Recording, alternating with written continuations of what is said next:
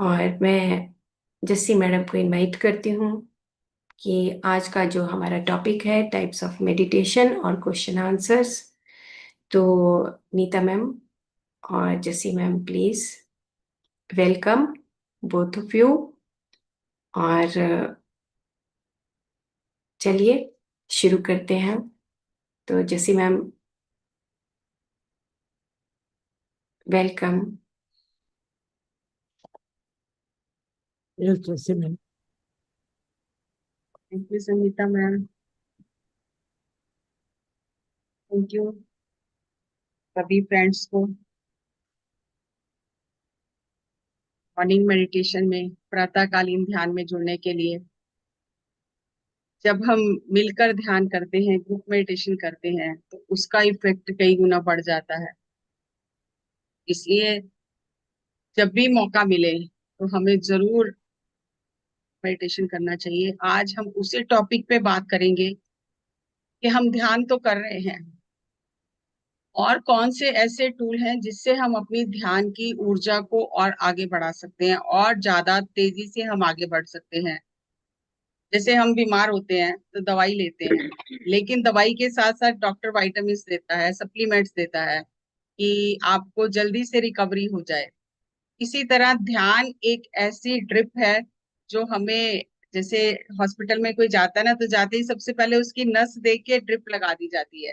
बाकी सारे इंजेक्शंस जो भी दवाइयां देनी है वो बाद में दी जाती है, पहले नस ढूंढ के ड्रिप लगा दी जाती है। तो आजकल तो मैंने देखा, तो आज एक ही उसमें ड्रिप में चार चार वो उसके सेक्शंस हैं कि 4 इंजेक्शन एक साथ लग सकते हैं। बहुत टेक्नोलॉजी एडवांस हो गई है। तो बाकी डायग्नोस करके बाकी दवाइयां बाद में दी जाएंगी, पहले तो नस पकड़ के उसमें मेन जो चीज है वो डाली जाए। तो इसी तरह से वो ध्यान हमारी वो नस पकड़ के वो मेन जो चीज है वो लग जाती है, और बाकी चीजें धीरे धीरे ऐड होती हैं सप्लीमेंट्स की तरह, तो हमारी रिकवरी फास्ट हो जाती है। तो इसलिए जैसे बाकी चीजों में एडवांसमेंट हो रही है, तो स्पिरिचुअलिटी में भी बहुत एडवांसमेंट हो रही है। बहुत सारे नए नए टूल्स, नई नई चीजें आ रही हैं। और जो ग्रंथों में छुपा हुआ ज्ञान था, आज जैसे जैसे लोगों की चेतना विकसित हो रही है, तो वो समझ में आ रहा है कि ये कोई आज जो विज्ञान हमें सिद्ध करके दे रहा है चीजें, ये आज की नहीं है, ये युगों से थी और रहेंगी, लेकिन मनुष्य की समझ में अब आ रहा है। तो आज हम इसी टॉपिक पे बात करेंगे कि किस तरह से हम अपनी मेडिटेशन की एनर्जी को और कई गुना बढ़ा सकते हैं। टॉपिक तो बहुत बड़ा है, इसमें बहुत सेक्शंस हैं, लेकिन फिर भी मैं कोशिश करूंगी कि कुछ ना कुछ मेन पॉइंट्स आपके साथ साझा करूं। तो 5 तरीके से हम अपनी मेडिटेशन की जो पावर है, एनर्जी है, उसे बढ़ा सकते हैं। एक है पहला ग्रुप मेडिटेशन, जो हम इतने दिन से कर रहे हैं। दूसरा म्यूजिक मेडिटेशन, ये भी हम साथ ही साथ कर रहे हैं। तीसरा है नेचर मेडिटेशन, और चौथा है फुल मून मेडिटेशन, और पांचवा है पिरामिड मेडिटेशन। ये 5 ऐसे टूल हैं जिनसे हमारी मेडिटेशन की एनर्जी बढ़ जाती है, हमारी पावर बढ़ जाती है। तो एक एक करके हम इसको समझेंगे। सबसे पहला है म्यूजिक मेडिटेशन। म्यूजिक जो है हमारी चेतना के स्तर में बदलाव लाता है, और युगों से ही ये चलता आ रहा है। अब आप देखिए कि कृष्ण भगवान भी फ्लूट बजाते थे, और बहुत सारे जितने संतों को आप देखिए तो उनके पास एक ना एक इंस्ट्रूमेंट रहता था। मीराबाई के पास एक तारा रहता था। तो जब कोई अध्यात्म की गहराइयों में उतरता है तो वो संगीत साथ ही उतर आता है। और ये जो हमारा जो ये सृष्टि का जो एक संचालन है, ये एक रिदम में हो रहा है, इसका एक लय है। ऐसा नहीं कि कभी कहीं भी कुछ भी हो रहा है। हवा भी चल रही है तो एक लय में चल रही है, पानी चल रहा है एक लय में चल रहा है, सांस चल रही है वो भी एक लय में चल रही है। तो ये ब्रह्मांड में हर चीज उस नाद से, उस संगीत से बंधी हुई है। और जब कोई गहराइयों में जाता है तो उसे वो नाद सुनाई देता है जो किसी भी आहट से उत्पन्न नहीं हो रहा, जिसे अनहद नाद कहते हैं। तो जो भी हमारे यहाँ पर धरती पर हम देखते हैं, प्लांट्स हैं, एनिमल्स हैं, वो सब एक लय में चल रहे हैं। आप देखो, जब हवा तेज चलती है और पत्तों की खड़खड़ाहट होती है तो वो भी एक लय में होती है। अभी जो पक्षी हैं वो भी एक लय में गाते हैं। अब जैसे आप देखते हो, आम का जब सीजन आता है तो कोयल आवाज निकालना शुरू करती है, कू कू कू। तो ये जो प्लांट्स और जो बर्ड्स और एनिमल्स का जो एक कोऑर्डिनेशन है, तो जैसे जैसे ये पक्षी गाते हैं तो वैसे वैसे प्लांट्स जो है वो ग्रो करते हैं और उनमें मिठास भरी जाती है।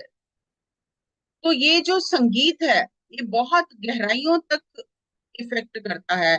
और पहले जो रिसर्च हुई है, अभी भी हो रही है, कि सबसे हाईएस्ट फ्रीक्वेंसी होती है वेल्स और डॉल्फिन्स के, जो उनकी साउंड्स निकलती हैं, तो उससे हीलिंग बहुत फास्ट होती है। जो एडवांस में जो लोग कुछ वर्कशॉप्स करते हैं तो वहां पर वेल्स और डॉल्फिन्स का म्यूजिक प्ले किया जाता है कि इससे हीलिंग फास्ट हो जाती है। अभी आप देखो कितनी बार सेशन में बर्ड्स की चिरपिंग की आवाज प्ले की जाती है, पानी की आवाज प्ले की जाती है। उससे एक सूदिंग सा इफेक्ट आता है और मन जल्दी शांत हो जाता है और हीलिंग फास्ट हो जाती है। हमारी चेतना के स्तर में बदलाव आ जाता है। और ये एक्सपेरिमेंट किया गया कि एक जो पौधा था उसके पास जो आजकल रॉक म्यूजिक चलता है वो बजाया गया, और एक पौधे के पास क्लासिकल म्यूजिक बजाया गया। और जो वैज्ञानिक थे उन्होंने ये खोज की कि जिस पौधे के पास रॉक म्यूजिक चलाया गया था उस पौधे की ग्रोथ सही नहीं थी, और जिस पौधे के पास क्लासिकल म्यूजिक चलाया गया था उस पौधे की ग्रोथ बहुत बढ़िया थी। तो अगर पेड़ पौधों पर इतना इफेक्ट है म्यूजिक का, तो इंसान की चेतना तो उससे ज्यादा विकसित है, उस पे कितना इफेक्ट होता होगा म्यूजिक का। और ये हम सबका एक्सपीरियंस है कि अगर कोई उदास होता है ना बहुत, तो वो पुराने गाने सुनने शुरू कर देता है। जो हर समय उदास रहते हैं, डिप्रेशन में रहते हैं, तो पुराने गाने बहुत सुनते हैं वो। अगर आप किसी शादी में जाते हो और वहां पर जो एक माहौल होता है खुशी का और एक नृत्य करने का जो माहौल बनता है, डीजे चलता है, तो जिन लोगों को नृत्य नहीं भी आता उनके भी हाथ पांव थिरकने लगते हैं। संगीत हमारे अंदर की ऊर्जा को इस तरह से बदल देता है। और जो संगीत के 7 स्वर हैं उनका हमारे 7 चक्रों से संबंध है। तो जो ये राग बने हैं, ये राग समय के अनुसार, जिस समय उस राग का समय है जब वो राग गाया जाता है, तो हमारे अंदर के स्तर में, चेतना के स्तर में बहुत बदलाव कर देता है। और ये जो योगिक साइंस ये कहती है, जो संतों का, गुरुओं का ज्ञान ये कहता है कि राग जो है, राग रागनियां आके संतों के आगे हाथ जोड़ के, हाथ बांध के खड़ी हो जाती हैं कि लोग हमारा गलत तरह से इस्तेमाल कर रहे हैं, आप हमारा इस्तेमाल करो, और ताकि मनुष्य की चेतना का विकास हो। तो जितने भी संतों ने वाणी का उच्चारण किया है वो संगीत में वाणी है, रागों में है वाणी। तो ये राग भी तरसते हैं कि कोई हमारा चेतना के स्तर को बढ़ाने के लिए इस्तेमाल करे, जिसके लिए हम, हमारा उत्पत्ति हुई है। लेकिन जब उस म्यूजिक की फ्रीक्वेंसी को चेंज कर दिया जाता है, और ये जो म्यूजिक आज हम सुन रहे हैं, ये कुछ जो तत्व हैं जिनको कहना चाहिए कि जो सही नहीं है समाज के लिए, जैसे तत्व, उन लोगों ने मिलकर ये म्यूजिक की फ्रीक्वेंसी को चेंज किया और इस तरह का म्यूजिक बनाया है जिससे मनुष्य और नीचे नीचे नीचे जा रहा है। और आजकल आप देखो कि हर जगह पे आप जो म्यूजिक सुनते हो इतना फास्ट और इतना अंदर से जो हॉर्मोन्स को ऐसा रिलीज करता है जिससे व्यक्ति फ्रस्ट्रेटेड हो जाता है, एजिटेटेड हो जाता है। इसीलिए आजकल सहन शक्ति किसी में नहीं है, क्योंकि हर समय हम ऐसी चीजों से घिरे हुए हैं जो हमारे अंदर के जो हार्मोन रिलीज हो रहे हैं वो सही रिलीज नहीं हो रहे हैं। तो इसीलिए ना कोई शांत है, ना कोई सहन शक्ति है किसी में, बस एकदम से गुस्सा आ जाता है, क्रोधित हो जाते हैं। और अगर आप म्यूजिक भी सुनो खुद, तो आपको डिफरेंस फील होगा कि जो एक सॉफ्ट म्यूजिक सुनते हो और जो ये धूम धड़ाके वाला म्यूजिक सुनते हो, तो आपको पता चलेगा आपके अंदर कैसे ये म्यूजिक बदलाव करता है। अब पत्री जी फ्लूट बजाते थे, तो उनके फ्लूट से ही इतने गहरे ध्यान में सब चले जाते थे, क्योंकि वो एनर्जी जो है वो फ्लो होने लग जाती है उनके फ्लूट के माध्यम से। तो इसलिए म्यूजिक का बहुत ज्यादा इम्पोर्टेंस है जब हम ध्यान करते हैं। और जो लोग ध्यान में बिल्कुल नहीं बैठ पाते हैं उनको म्यूजिक बहुत हेल्प करता है। यहाँ पर एक अपवाद भी है, जो लोग बहुत ज्यादा डिप्रेशन में होते हैं, जो बहुत ही परेशान होते हैं, विचलित मन जिनका ज्यादा होता है, वो संगीत के साथ ध्यान नहीं कर पाते क्योंकि उनकी फ्रीक्वेंसी मैच ही नहीं करती। वो इतनी लो फ्रीक्वेंसी में है कि उन्हें संगीत के साथ भी ध्यान करना अच्छा नहीं लगता है। लेकिन जैसे जैसे ध्यान करते करते उनकी फ्रीक्वेंसी बढ़ती है तो उन्हें संगीत अच्छा लगने लग जाता है। अगर किसी का संगीत के साथ ध्यान करने का नहीं हो रहा है तो बिना संगीत के पहले ध्यान करिए, और जैसे जैसे चेतना का स्तर बढ़ेगा आपको संगीत अच्छा लगने लगेगा। क्योंकि ग्रंथों में ऐसा लिखा गया है कि आत्मा ने संगीत के साथ ही शरीर में प्रवेश किया है। जब उत्पत्ति हुई मनुष्य की और आत्मा को शरीर में प्रवेश करने के लिए कहा गया तो आत्मा ने मना कर दिया कि मैं इसके अंदर नहीं जाऊंगी, इतना अंधकार और इतने इसके अंदर विकार हैं, मैं इसके अंदर नहीं रह सकती हूँ, मैं तो इतने प्रकाश स्वरूप में हूँ और यहाँ इतना अंधकार है तो मैं इसमें नहीं रह सकती हूँ। तो उस समय ईश्वर ने आत्मा को बहुत सारी शक्तियां सिद्धियां दी कि मेरी सारी शक्तियां तुम्हारे पास हैं। तब भी आत्मा ने कहा मैं नहीं जाऊंगी अंदर। तो फिर ईश्वर ने ये कहा कि इस जो बुत बनाया है, जो एक स्ट्रक्चर बनाया ह्यूमन का, इसके सिर के ऊपर संगीत बजाओ। तब वो देवी देवताओं ने जो संगीत बजाया और संगीत में मग्न होकर आत्मा शरीर में प्रवेश कर गई। ईश्वर ने कहा कि तुम एक बार प्रवेश करो इस संगीत के साथ, अगर तुम्हें अच्छा नहीं लगेगा तो तब बाद में देखेंगे और क्या कर सकते हैं। तो आत्मा ने जब संगीत के साथ इस बॉडी में प्रवेश किया तो परमात्मा ने संगीत बंद करा दिए और आत्मा उस ट्रैप में फंस गई। और अब आत्मा जब इस शरीर में आ गई है और वो तब से उस संगीत को ढूंढ रही है जो उसने पहली बार सुना था। इसीलिए हम ये सारे प्रैक्टिसेस करते हैं क्योंकि आत्मा की तड़प है उस संगीत को सुनने की जिसके साथ उसने इस शरीर में प्रवेश किया था। तो संगीत जो है ये हमारी हीलिंग करता है और आजकल बहुत नाद थेरेपी चल रही है ऑल्टरनेट मेडिसिन की तरह, कि आपके जो हमारे अंग हैं शरीर के उनकी भी एक फ्रीक्वेंसी है। हर एक अंग की एक अपनी फ्रीक्वेंसी है और जब किसी अंग की फ्रीक्वेंसी चेंज होती है तब हम बीमार होते हैं। जैसे बीपी अगर बढ़ गया तो इसका मतलब है कि हमारे ब्लड का जो सर्कुलेशन है उसकी फ्रीक्वेंसी चेंज हो गई है। इसी तरह जैसे जैसे अंदर की फ्रीक्वेंसी चेंज होती है हम बीमार होते हैं, और अगर म्यूजिक की हेल्प से उस फ्रीक्वेंसी को ठीक कर दिया जाए तो हम हील भी हो जाते हैं। दूसरा आता है ग्रुप मेडिटेशन, जो हम इतने दिन से कर रहे हैं, संगीत के साथ ध्यान कर रहे हैं, ग्रुप मेडिटेशन कर रहे हैं। जब हम ग्रुप में मेडिटेशन करते हैं ये 3 गुना ज्यादा पावरफुल है। म्यूजिक मेडिटेशन 3 गुना ज्यादा पावरफुल है और ये ग्रुप मेडिटेशन 3 गुना ज्यादा पावरफुल है। आप अकेले बैठ के ध्यान कर रहे हो आपको ऊर्जा मिलती है, लेकिन जब आप ग्रुप में बैठ के ध्यान करते हो तो 3 गुना अधिक ऊर्जा मिलती है। जैसे मान लो कि ग्रुप में 100 लोग बैठे हैं, एक के पास 10 पैसे की ऊर्जा है, एक के पास 20 पैसे की है, कोई मास्टर बैठा है उसके पास 100 पैसे की ऊर्जा है। तो जितने भी ग्रुप में लोग बैठे होते हैं उन सबको वो 100 पैसे जितनी ऊर्जा मिलती है। और जब इतने लोग बैठकर ध्यान करते हैं तो चेतना का बहुत तीव्र गति से विकास होता है। और जो ग्रुप की एनर्जी है, जो एक कलेक्टिव एनर्जी सर्किट सर्किट बनता है, जैसे आप देख रहे हो पिक्चर में, तो वो रेडिएशन इतनी ज्यादा हो जाती है ग्रुप की कि सारे ही जो ग्रुप के लोग हैं वो तो इवॉल्व होते ही हैं, लेकिन उस एरिया का एनर्जी चेंज हो जाता है और कॉस्मिक एनर्जी बहुत ज्यादा मात्रा में ग्रुप में आने लग जाती है। और हर एक को वो एनर्जी चैनल के जो लोग हिस्सा हैं सभी उस समय के, उस सभी को बराबर वो एनर्जी मिलती है।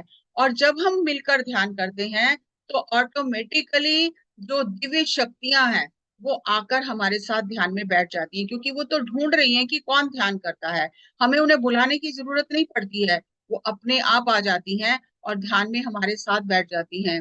और अगर ध्यान में आके कोई मास्टर हमारे साथ बैठ जाते हैं तो आप कल्पना करके देखो कि तब ऊर्जा कितनी बढ़ जाती है। और ग्रुप से व्हाइट ब्रदरहुड, जिसे सत्संगी कहा जाता है, जो गुरु भाई कहा जाता है, तो व्हाइट ब्रदरहुड का विकास होता है कि आप जब ग्रुप में ध्यान करते हैं तो आपका मन करता है कि मैं ग्रुप के लिए कुछ सेवा भी करूं। तो सेवा का भाव उत्पन्न होता है कि हम सब गुरु भाई हैं, गुरु बहनें हैं, तो हमें एक दूसरे की मदद करनी है, सेवा करनी है। और जितना आप ग्रुप में मेडिटेशन करेंगे आपके अंदर ये भाव उतना ज्यादा विकसित होगा और हीलिंग बहुत फास्ट हो जाती है। मान लो कि एक व्यक्ति पेड़ को काट रहा है, बहुत बड़ा पेड़ है, उसे एक व्यक्ति काट रहा है, उसे बहुत समय लगेगा, लेकिन जब उसे 10 व्यक्ति मिलकर काटेंगे तो बहुत जल्दी कट जाएगा। तो ग्रुप में जब एनर्जी बढ़ती है तो बहुत सारी क्रॉनिक जो प्रॉब्लम होती हैं वो बहुत ही सहजता से ठीक हो जाती हैं, और इस पर रिसर्च किया गया। महर्षि महेश योगी इफेक्ट इसको नाम दिया गया। गूगल में आप जाओगे आपको ये रिसर्च मिलेगी। ये 1993 में 4000 लगभग लोगों को लेके डीसी वाशिंगटन में यूनाइटेड स्टेट्स में ये एक्सपेरिमेंट किया गया। और जब 4000 लोगों ने जुलाई 30 से लेके जून से लेकर जुलाई तक मेडिटेशन किया वहां बैठकर इकट्ठे, तो ये प्रॉपर जो इंस्ट्रूमेंट्स के माध्यम से बड़े बड़े जो साइकोलॉजिस्ट थे, जो सोशियोलॉजिस्ट थे, जो साइंटिस्ट थे, इन सब ने इस इफेक्ट को नापा कि क्या इफेक्ट आता है जब लोग मिलकर ध्यान करते हैं। तो वहां पर क्राइम रेट कम हो गया, रेप कम हो गए, रॉबरी कम हो गई, और इन्फेंट मोर्टेलिटी कम हो गई, एक्सीडेंट कम हो गए, और वायलेंट जो था वायलेंस कम हो गया, क्राइम रेट कम हो गया। तब उन्होंने ये निष्कर्ष निकाला कि अगर दुनिया की 1% पॉपुलेशन भी अगर बैठकर ध्यान करती है, ग्रुप मेडिटेशन करती है, तो हम बाकी लोगों की भी लाइफ की क्वालिटी उससे बहुत ज्यादा इंप्रूव हो जाती है। और बकायदा उन्होंने डॉक्यूमेंट किया है कि कितने परसेंट किस चीज में कमी आई है। और तब से ये मेडिटेशन को बहुत प्रमोट किया जाने लगा हर जगह पे। और ये कहते हैं कि योगियों ने ये पहले ही देख लिया था कि कलयुग में ऐसा समय आएगा जब इतना अंधकार और इतना ये सब हो जाएगा, तो उस समय मनुष्य को बचाने के लिए क्या किया जाए। तब उन्होंने उस समय ये सत्संग का, ग्रुप मेडिटेशन का ये जो था, ये एक टूल दिया लोगों को। तो अब हम घर में भी ध्यान करते हैं, लेकिन हम गुरुद्वारे, मंदिर, मस्जिद क्यों जाते हैं? ग्रुप मेडिटेशन करने, ग्रुप में बैठने, क्योंकि ग्रुप की ऊर्जा से उस एरिया का भी वातावरण चेंज हो जाता है। शांति, वहां पर आप जाते हो, मंदिर में पांव रखते ही, गुरुद्वारे में पांव रखते ही आपको एक अजीब सा सुकून और शांति मिलती है। अभी आप बैठे नहीं हो, लेकिन वो क्योंकि वहां पर कलेक्टिव जो एनर्जी है, जहाँ इतने लोग ध्यान कर रहे हैं, तो उसकी वजह से सभी को लाभ होता है। कितना भी कोई परेशान और विचलित जाता है, उस एरिया में जाते उसका मन शांत हो जाता है। और तीसरा है फुल मून मेडिटेशन, जो पूर्णिमा ध्यान हम कहते हैं। तो जब जब पूर्णिमा या अमावस्या होती है, जिसे न्यू मून कहते हैं, तब तब क्योंकि जो एनर्जी में चेंज होता है, ग्रह नक्षत्रों की, चंद्रमा की, धरती की, जब एनर्जी में चेंज होता है, जब धरती और चांद एक दूसरे के सामने आ जाते हैं, तब ये जो ग्रेविटेशनल पुल एक धरती का है, एक चांद का भी ग्रेविटेशनल पुल है, तो जब ये समीप आते हैं, तो जो चांद का ग्रेविटेशनल पुल है मून का, वो धरती के पानी को अपनी तरफ खींचता है। और क्योंकि मन जो है वो मून से आया है, तो मन के ऊपर मून का हमारे इमोशंस के ऊपर बहुत प्रभाव पड़ता है। 4 महत्वपूर्ण पूर्णिमा कही जाती है साल की: बुद्ध पूर्णिमा, गुरु पूर्णिमा, शरद पूर्णिमा और कार्तिक पूर्णिमा। वैसे तो हर पूर्णिमा ही महत्वपूर्ण है, लेकिन ये 4 बहुत ही पावरफुल पूर्णिमा गिनी जाती हैं, और इनको तकरीबन सभी धर्मों में बहुत सेलिब्रेट किया जाता है। क्योंकि उस समय जब मिलकर ग्रुप मेडिटेशन करते हैं, तो एक तो ग्रुप की एनर्जी का लाभ होता है, म्यूजिक का लाभ होता है, और उस समय पूर्णिमा की ऊर्जा का बहुत लाभ होता है। क्योंकि सन और मून अलग अलग तरह की फ्रीक्वेंसीज इनसे निकलती हैं, और ये हमारे भावनात्मक जो हमारा शरीर है उसको प्रभावित करता है बहुत। और हमारी बॉडी में तकरीबन 80% पानी है, और ये स्वादिष्टान चक्र जो हमारा है उससे इसका संबंध है। और जब फुल मून का समय आता है, तो हमारे अंदर जो दबी हुई भावनाएं होती हैं, कोई क्रॉनिक प्रॉब्लम्स होती हैं, जो ज्यादा डीप रूटेड नेगेटिविटी होती है, वो सब उभर कर ऊपर आने लग जाती है। और अगर कोई व्यक्ति उस समय ध्यान करता है, तो उसकी हीलिंग हो जाती है। और अगर जो व्यक्ति ध्यान नहीं करता है, उसकी भी ये जो अंदर की स्थिति है, जो मन की बेचैनी है, जो विचलित मन है, जो नेगेटिविटी है, वो कई गुना बढ़ जाती है। और ये भी साइंटिफिकली प्रूवन है। आपने कभी देखा हो या सुना हो आसपास में, तो जो लोग मेंटली डिस्टर्ब होते हैं, जो जैसे पागल खाने में लोग होते हैं, मेंटली डिस्टर्ब लोग होते हैं, किसी के घर में अगर कोई ऐसा व्यक्ति होता है, तो पूर्णिमा के समय उसका 2 दिन पहले से ही उसका प्रभाव ज्यादा बढ़ जाता है। वो हाथापाई करने लग जाते हैं, वो इस तरह का मार पिटाई करने लग जाते हैं, तो उनको चेन से बांध कर पहले ही रख दिया जाता है, 2 दिन पहले ही। और 5 दिन तक उनको जंजीरों से बांध के रखा जाता है कि किसी का नुकसान ना करें। क्योंकि उनकी जो मनोस्थिति है जो उनके अंदर चल रहा है उसको ये एनर्जी जो है, फुल मून की एनर्जी कई गुना ज्यादा बढ़ा देती है। इसीलिए जब हम ध्यान करते हैं, धीरे धीरे हमारा मन शांत होता है, तो हमारी एनर्जी कई गुना बढ़ जाती है। इसलिए पूर्णिमा के समय ध्यान करना चाहिए। और हमारी जो अंदर की शुद्धता, स्वच्छता है, वो बहुत फास्ट होने लग जाती है। और फुल मून का भी हमारे अंदर के 7 शरीरों पर और 7 चक्रों पर बहुत प्रभाव पड़ता है। इमोशनल ब्लॉक हमारे क्लियर होते हैं और नई एनर्जी को हम रिसीव करते हैं। और एक फुल मून मेडिटेशन एक दिन अगर आप करते हो और पूरा महीना आप मेडिटेशन करते हो, तो दोनों का इफेक्ट बराबर है। अगर आपने पूरा महीना मेडिटेशन नहीं की और फुल मून के टाइम पे कर ली, तो वो इतनी ज्यादा एनर्जी को बढ़ा देता है। और ये मैं ऐसे ही नहीं बता रही हूँ, मैंने खुद ये एक्सपेरिमेंट किया है। एक बार मुझे ध्यान में शुरू शुरू में नई नई बातें थी, तो सारी बातें नहीं लगती थी, जैसे आज आपको सारी बातें नहीं लग रही है। तो ऐसा लग रहा है कि इतना कुछ कैसे हम एब्जॉर्ब करेंगे, ये तो सब नई नई चीजें हैं। तो मुझे भी लग रहा था, मैं फुल मून में इतना एक्साइटेड होके मेडिटेशन करने गई कि क्या होगा, क्योंकि 6 महीने से 2 महीने से ध्यान तो कर रही थी, लेकिन फुल मून नहीं किया था। मैं गई और मैंने पूछा उनसे कि ध्यान ये रोज ही कर रहे हैं, तो फुल मून में क्या होगा। तो उन्होंने कहा, मैडम फुल मून में आपके यहाँ तक एनर्जी भर जाएगी, आप करके देखो। तो मेरे को बड़ा अच्छा लगा कि चलो ये एक्सपेरिमेंट करके देखते हैं। तो जब मैंने पूरी रात बैठकर ध्यान किया, तो पूरा 1 महीना मुझे भूख नहीं लगती थी, मुझे नींद नहीं आती थी, मुझे लगता था यहाँ तक तो सब भरा हुआ है, कुछ खाने की जरूरत ही नहीं है। और मैं जबरदस्ती थोड़ा बहुत कुछ खाना खाती थी। और जब नेक्स्ट फुल मून आया, तो मैंने उन्हें बताया कि आप सही कह रहे थे, इतनी एनर्जी बढ़ जाती है कि आपकी नींद और भूख कम हो जाती है, और हर समय आप इतने एनर्जेटिक रहते हो कि आपको थकान पता ही नहीं चलता कि बॉडी में कोई थकान नाम की भी चीज है। तो जब सेकेंड फुल मून में गई, तो मैं अब उस एक्सपेक्टेशन से बैठ रही हूँ कि इस बार भी ऐसा होगा। तो पूरी रात ध्यान ही नहीं लगा। तो मैंने कहा आज तो ध्यान ही नहीं लगा मेरा। तो कह रहे, मैडम आज आप उस जो डेटा है, जो आपको एक्सपीरियंस हुआ, उस एक्सपीरियंस के साथ बैठे हो। एक्सपीरियंस को लेकर पकड़ कर नहीं बैठना कि पहली बार ऐसा हुआ तो अब भी ऐसा होगा। ऐसा नहीं होता, हर बार नया कुछ होता है। तो आप ये भी आपके लिए एक नया एक्सपीरियंस है कि आज आपका ध्यान नहीं लगा, क्योंकि पिछली बार आपका बहुत ध्यान लगा। अभी आपके अंदर से जो क्लीनिंग हुई है, उसकी वजह से आपको इस बार ऐसा एक्सपीरियंस हुआ कि आपका ध्यान नहीं लगा। तो जो भी हो एक्सपीरियंस, उससे डरना नहीं है, घबराना नहीं है कि अरे ये क्या हो गया। क्योंकि एनर्जी जब अंदर की बदलती है, तो बहुत एक्सपीरियंसेस होते हैं हमें, अच्छे भी होते हैं और कई हमें अच्छे नहीं भी लगते हैं, लेकिन फिर भी वो हमारे लिए अच्छे हैं। जब हमारी अंदर से क्लीनिंग होती है, तो फिर ऐसा भी होता है कि हमें कई बार अच्छा नहीं भी लगता है, लेकिन उसमें भी घबराने की कोई बात नहीं है। जब भी पूर्णिमा हो या अमावस्या हो, तो बहुत ऊर्जा का बदलाव होता है ब्रह्मांड में। तो हमें ये दोनों समय ध्यान करना चाहिए, और इसके लिए ग्रुप मेडिटेशन हम ऑर्गेनाइज करते हैं। नीता मैम के जो ज्ञान भारत है, उसमें हमेशा पूर्णिमा ध्यान होता है, अमावस्या ध्यान होता है। तो आपको कहीं बाहर भी जाने की जरूरत नहीं है, और आप कर सकते हैं ग्रुप में जुड़कर। और बहुत लोगों को ये भ्रांति हो जाती है कि अगर फुल मून है तो हमें बाहर बैठकर ध्यान करना चाहिए। वो जरूरी नहीं है, आप कहीं भी रहें, आपको एनर्जी मिलती है।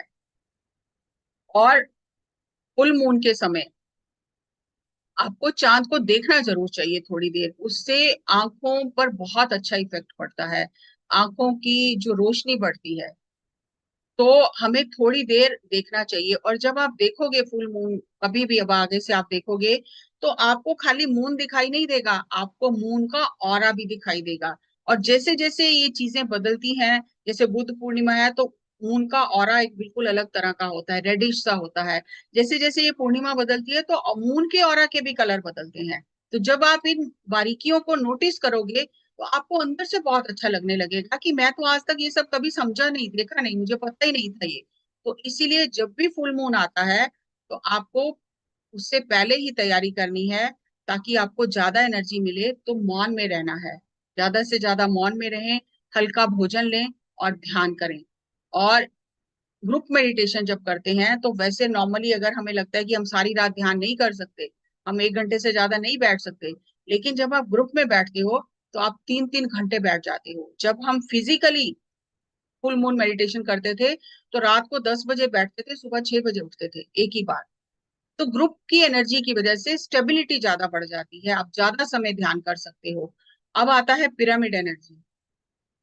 पिरामिड को store house of cosmic energy कहा जाता है। पिरामिड एक राजपथ है जिस पर चलकर आप अपनी आध्यात्मिक यात्रा बहुत सुगमता से पूरी कर सकते हो। और इसमें धरती की ग्रेविटेशनल फोर्स और ब्रह्मांडीय ऊर्जा जो कॉस्मिक एनर्जी है, इसका एक जब दोनों का मिलन होता है एक पॉइंट पर पिरामिड के अंदर, तो एक एनर्जी का विस्फोट होता है। और जो भी चीज उसके अंदर रखी जाती है पिरामिड के अंदर, वो एनर्जी उसमें चली जाती है। पायरा मतलब फायर, मिड माने विद इन। ऐसा स्ट्रक्चर जिसके अंदर अग्नि है। ये ज्योमेट्रिकल स्ट्रक्चर है, जैसे एक स्क्वायर है, एक राउंड है, इसी तरह से पिरामिड भी है। और ये जो पिरामिड है, ये स्ट्रक्चर पिरामिड का 51 डिग्री 51 मिनट 51 सेकेंड्स, जो अर्थ प्लैनेट के लिए ये डिग्री है, इस डिग्री के, इस एंगल के हिसाब से पिरामिड बनाने से वहां के आसपास का वातावरण भी चेंज होता है, और जो भी चीज पिरामिड के अंदर रखी जाती है उसमें वो एनर्जी चली जाती है। और ये पिरामिड एनर्जी, जो पिरामिड ध्यान है, ये पतरी सर की देन है। उससे पहले कभी भी पिरामिड ध्यान नहीं होता था। पिरामिड थे लेकिन पिरामिड में ध्यान नहीं था।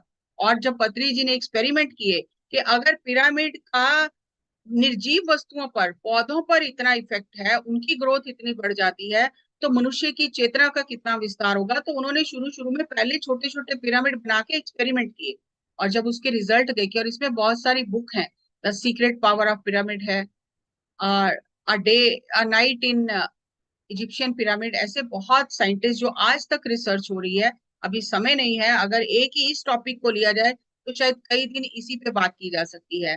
तो हमें जानना इतना है कि पिरामिड जो है वो हमारी ध्यान की ऊर्जा को बढ़ा देता है, और मेडिटेशन 3 गुना ज्यादा पावरफुल हो जाती है। जल्दी हम विचार शून्य स्थिति में पहुंच जाते हैं, विचारों के बीच का अंतराल बढ़ जाता है, और हमें ऐसा एहसास जल्दी होने लगता है कि हम अलग हैं और शरीर अलग है।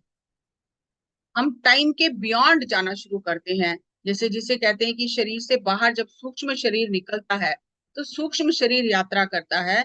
ये बहुत एडवांस स्टेजेस आ जाती हैं जब, तो हमें टाइम और शरीर से पार जाने का अनुभव मिलता है। जैसे नींद में हमें टाइम का और शरीर के पार जाने का अनुभव मिलता है। नींद में हमारा कोई अहंकार नहीं होता, हमें कोई नींद में शरीर का भी सुध नहीं रहती है, और समय भी नहीं पता चलता है। जैसे ही हमारी आंख खुलती है, हमें सब कुछ याद आ जाता है लेकिन समय याद नहीं आता। तब हम पूछते हैं टाइम क्या हुआ, क्योंकि हम टाइमलेस जोन में थे।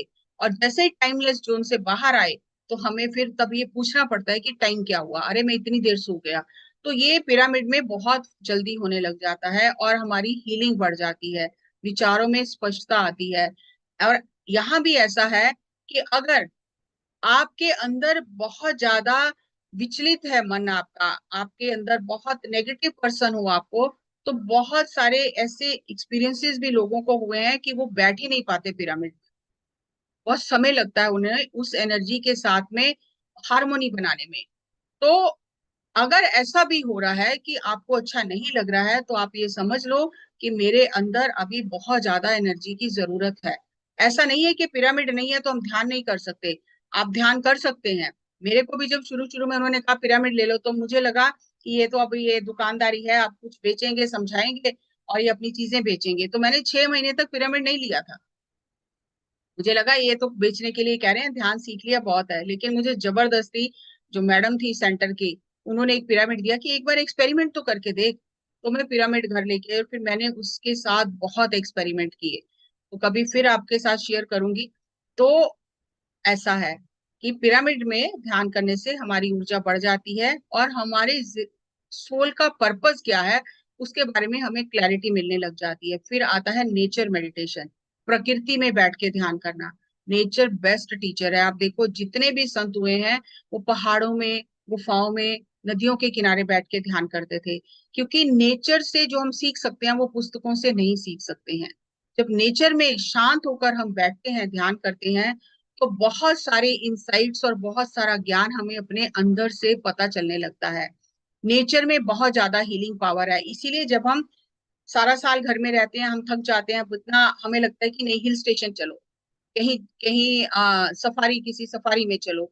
क्यों हमारे अंदर से लगता है कि हम नेचर में जाएंगे तो हमें अच्छा लगता है, एक आहा मोमेंट आता है जब आप पहाड़ों में जाकर सनराइज देखते हो, सनसेट देखते हो, तो उस समय ऑटोमेटिकली थॉट फ्री हो जाते हैं। वो आहा मोमेंट कैसे आता है? क्योंकि कुदरत में जाके विचार रुक जाते हैं। वहां पर मनुष्य के विचारों का पोल्यूशन नहीं होता।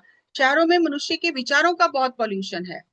और जब आप नेचर में जाते हो वहां पर उतना थॉट पोल्यूशन नहीं है, तो ऑटोमेटिकली थॉट रुक जाते हैं, क्योंकि वहां पे थॉट पोल्यूशन नहीं है, प्योर एनर्जी है नेचर की। तो जब आप वहां जाते हो तो आपका ध्यान कई गुना ज्यादा बढ़ जाता है। समय समय पर हमें नेचर में जाना चाहिए। ऐसा नहीं कि पहाड़ों में जाएंगे या समुद्र के किनारे जाएंगे तभी ध्यान ज्यादा लगेगा। आप अगर अपने घर के पास किसी अब गार्डन में जाके बैठते हो तो भी आपको बहुत अच्छा लगता है। और ये रिसर्च हुई है, एक शूमैन हुए हैं साइंटिस्ट जिन्होंने ये रिसर्च की है कि जो मदर अर्थ की हार्ट बीट है 7.83 हैजर्ड, और जो व्यक्ति है उसकी भी हार्ट बीट इससे मिलती जुलती है। और जब हम ध्यान करते हैं, अपने भीतर उतरते हैं, हमारे विचार शांत होते हैं, तो हमारी और मदर अर्थ की ट्यूनिंग होने लग जाती है, हमारी फ्रीक्वेंसी मैच होने लग जाती है। और जब हमारी फ्रीक्वेंसी मैच होती है तो हमारी हीलिंग फास्ट हो जाती है, क्योंकि बच्चा जो होता है वो बच्चे की फ्रीक्वेंसी वो मदर अर्थ की हार्ट बीट की फ्रीक्वेंसी वाली होती है। और इसीलिए बच्चा इतना तंदुरुस्त और इतना एनर्जेटिक होता है। लेकिन जैसे जैसे थॉट आते जाते हैं हमारे, हम संसार में उलझते चले जाते हैं, तो वो फ्रीक्वेंसी फास्ट हो जाती है बहुत। और जब फास्ट होती है तो बीमारियां आ जाती हैं। लेकिन जैसे जैसे हम ध्यान करते हैं, ध्यान में हम उस फ्रीक्वेंसी को टच करते हैं, तो ऑटोमेटिकली हमारी हीलिंग होने लग जाती है। और ये रिसर्च कहती है कि आपके लिए सबसे बेस्ट मेडिसिन है कि आप नंगे पैर बिना स्लीपर्स के धरती पर चलो, ताकि आप धरती की एनर्जी को आपके पैरों के माध्यम से रिसीव कर सको। तो ये बेस्ट मेडिसिन है, इसीलिए वॉक करने के लिए कहा जाता है। लेकिन बहुत जो नेचुरोपैथी और जो बहुत योगिक प्रैक्टिसेस करते हैं, वो आपको ये कहेंगे कि नंगे पैर घास पर चलो, नंगे पैर धरती पर चलो, उससे हमारी ग्राउंडिंग होती है।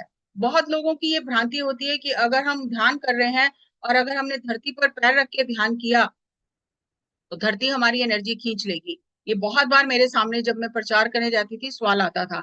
तो मैंने इस पत्री सर से इसका आंसर पूछा कि मुझे तो पता नहीं है सर, आप बताओ। तो सर ने कहा कि ये भ्रांतियां हैं। पहले तो आपके अंदर खुद ही इतनी एनर्जी नहीं है जो मदर अर्थ आपकी एनर्जी लेगी। अभी तो आप मदर अर्थ से एनर्जी लेते लेते हो, आपको देनी क्या है मदर अर्थ को एनर्जी। अगर हमारे अंदर वो मैग्नेटिक फोर्स कम हो जाए, मैग्नेटिक फील्ड हमारा वीक हो जाए जो हमें मदर अर्थ से मिलता है, तो ये MRI क्या होता है, यही होता है, वो हमारा मैग्नेटिक फील्ड चेक करते हैं। तो डॉक्टर हमें ये डिटेल में नहीं बताते हैं, बस वो हमें कह देंगे वॉक करो। क्योंकि जितना मदर अर्थ के टच में रहेंगे उतनी हीलिंग फास्ट होगी हमारी, हम अपनी प्रकृति से जुड़कर रहेंगे, तो हमारी भीतर की प्रकृति भी सही रहेगी। तो इसीलिए हमें ध्यान में जो हम बैठते हैं, एनर्जी लेते हैं, तो हमें अपनी ग्राउंडिंग भी करनी चाहिए। हमें नंगे पैर धरती पर चलना चाहिए, प्लांट जो है उनको पानी देना चाहिए, उन्हें हग करना चाहिए, और मदर अर्थ के जो प्रकृति है उसके क्लोज रहना चाहिए, उसकी केयर करनी चाहिए। तो हमारी ऑटोमेटिकली एनर्जी बढ़ जाएगी। अगर हम ध्यान कर रहे हैं और स्वाध्याय कर रहे हैं, सज्जन सांगत्य कर रहे हैं, और जब प्रकृति में जा रहे हैं तो वहां कचरा फैला के आ रहे हैं, तो ये कोई ध्यान नहीं है सही हमारा। अवेयरनेस अगर हमारी नहीं बढ़ी कि हम मदर अर्थ, हमारे घर को हम कैसे रखते हैं। अगर आप ड्राइंग रूम में डाइनिंग टेबल पे खाना खा रहे हो, तो आप जो भी फ्रूट्स खा रहे हो, जो भी आपका बचा है खाना, जो आप नहीं खा रहे हो, आपकी प्लेट में बचा है, तो क्या वो डाइनिंग टेबल पे फैला देते हैं? नहीं फैलाते हम उसको, प्रॉपर डस्टबिन में या कहीं किसी को देना है तो देते हैं। लेकिन जब हम धरती पर विचरण करते हैं, कहीं बाहर घूमने जाते हैं, तो हम पूरा कचरा करके आते हैं। तो ये पत्री जी ने मुझे बताया कि जब आप मदर अर्थ की, जब आप नेचर की कदर नहीं करते हो, तो नेचर भी आपको सपोर्ट नहीं करती है। और जितना आप नेचर की कदर करते हो, उसकी हेल्प करते हो, उसको सुंदर बनाते हो, उतना आपको नेचर भी उससे कई गुना ज्यादा सपोर्ट करती है। तो ये जो मैंने बहुत ही शॉर्ट किया है इसको, कि ये मैं कवर कर सकूं मेन मेन पॉइंट। तो ये जो मैंने सर से सीखा और जो रिसर्च बताती है वो मैंने आपके साथ साझा किया। सो एक कल प्रश्न आया था कि मेडिटेशन के साइड इफेक्ट भी हैं क्या? बिल्कुल है साइड इफेक्ट। क्या सोच सकते हो आप, क्या साइड इफेक्ट हो सकते हैं? जैसे बाकी दवाइयों के साइड इफेक्ट होते हैं, हर चीज का अति करते हैं तो साइड इफेक्ट होता है, तो क्या मेडिटेशन ज्यादा करने से या मेडिटेशन का भी कोई साइड इफेक्ट है? सोचिए, मेडिटेशन का साइड इफेक्ट बहुत ज्यादा है। जब आप ध्यान करते हैं, ये भी मैंने सर से पूछा, मुझसे ये किसी ने प्रश्न किया था कि मैडम इतना ध्यान करने से तो बहुत साइड इफेक्ट हो जाएगा, कोई भी चीज ज्यादा करते हैं तो उसका साइड इफेक्ट होता है, ध्यान ज्यादा करेंगे तो उसका भी साइड इफेक्ट होगा। मैंने कहा ये तो मैंने कभी सोचा नहीं, मैं मेरे पास क्या है आंसर के लिए ऑथेंटिक। तो मैं सर से पूछती थी, तो सर ने कहा बहुत इफेक्ट होता है। तो मैं भी एकदम से चौंक गई कि अरे मेडिटेशन के भी इतने इफेक्ट होते हैं? सर ने कहा हाँ होते हैं, आपका फ्रेंड सर्कल बढ़ जाता है। अब हम ये इतने लोग जो ध्यान कर रहे हैं, ये क्या है, हम सब फ्रेंड्स बन गए हैं, तो फ्रेंड सर्कल बन जाता है। आप कहीं भी किसी भी स्टेट में जाओ, आपको वहां कोई ना कोई फ्रेंड जरूर मिलेगा। आपको होटल्स में रुकने की जरूरत नहीं है, आप अपने किसी फ्रेंड के घर रुक सकते हो। आपकी उनसे मिलकर, उनसे सज्जन सांगत्य करके आपकी एनर्जी बढ़ जाती है। ये सबसे बड़ा मेडिटेशन का साइड इफेक्ट है जो पॉजिटिव है। तो पत्री सर कहते थे मैंने ध्यान किया, अब मैं दुनिया के किसी भी कोने में जाता हूँ तो लोग मेरी कितनी सेवा करते हैं, कोई मेरे पाँव दबा रहा है, कोई मेरे लिए कपड़े ला रहा है, कोई मेरे लिए खाना पका रहा है। ये सारे मेडिटेशन के साइड इफेक्ट हैं जो मैं आज एंजॉय कर रहा हूँ। तो ये सबको मिलते हैं, जो भी ध्यान करता है सबको मिलते हैं ये साइड इफेक्ट। और इससे आगे जब आप एडवांस स्टेज में जाते हो तो एक और साइड इफेक्ट है जिससे आपको बहुत सावधान रहना है। जब रिद्धियां सिद्धियां आने लगती हैं, जब आप में वाक शुद्धि आ जाती है, जब आप जो सोचते हो वो होने लग जाता है, तो आप समझ लो कि अब आपको बहुत ज्यादा अवेयरनेस की जरूरत है। आप पहाड़ की चोटी की तरफ बढ़ गए हो बहुत ज्यादा, आप चोटी के करीब पहुंच गए हो, और वहां से अगर फिसले तो फिर बहुत लंबी यात्रा हो जाएगी। तो जो भी हमें मेडिटेशन में ये गिफ्ट्स मिलते हैं, ये गिफ्ट है जो नेचर हमें देती है, तो हमें उन गिफ्ट्स को यूज नहीं करना है। जब हम यूज करते हैं तो उसका जो भी इफेक्ट होता है वो हमें भोगना पड़ता है। अगर मैं अपनी पावर्स को यूज करके किसी को प्रभावित कर रही हूँ, किसी की हीलिंग कर रही हूँ, उसके जो भी परिणाम होंगे वो मुझे भोगने पड़ेंगे, क्योंकि मैं कर रही हूँ, मैं करता हूँ। लेकिन जब संत उन पावर्स को यूज करते हैं, वो करता नहीं होते, बस उनसे वो लोक कल्याण के कार्य होते हैं, तो उनके ऊपर कोई दोष और दोष नहीं लगता, कोई उनको उसका परिणाम नहीं भोगना पड़ता है। बस वो करते चले जा रहे हैं और हो रहे हैं। जब तक वो स्थिति ना आए तब तक हमें अपना जो भी हमें उपहार मिलते हैं, हमें उन्हें सहेज कर रखना है, समेट कर रखना है। ना अपने लिए इस्तेमाल करना है, ना दूसरों के लिए इस्तेमाल करना है। तो ये दो तरह के जो साइड इफेक्ट जो मैंने सर से समझे, मैंने आपके साथ शेयर किए। और भी किसी का कोई प्रश्न है तो आप जरूर करिए। और नीता मैम और संगीता मैम, थैंक यू, और सभी को थैंक यू इतने अच्छे से ध्यान से सुनने के लिए। So thank you. Thank you जसी मैम, वंडरफुल, बहुत बढ़िया आपने बताया।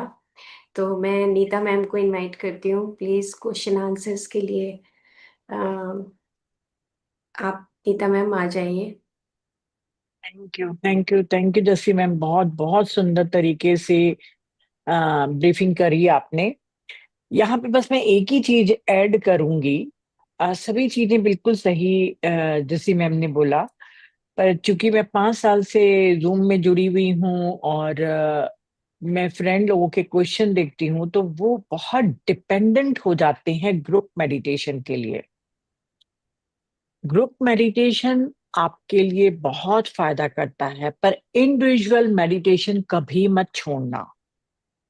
लोग हमसे पूछते हैं कि मैडम हमको ये टाइम के लिए कोई बताइए ना, क्योंकि उस समय ग्रुप मेडिटेशन नहीं हो रहा है। तो मैंने कहा तुम इंडिविजुअल कर लो, जिसको हम सोलो मेडिटेशन कहते हैं, अकेले में बैठ के करो। बोले नहीं नहीं नहीं, वो नहीं हो पाता है।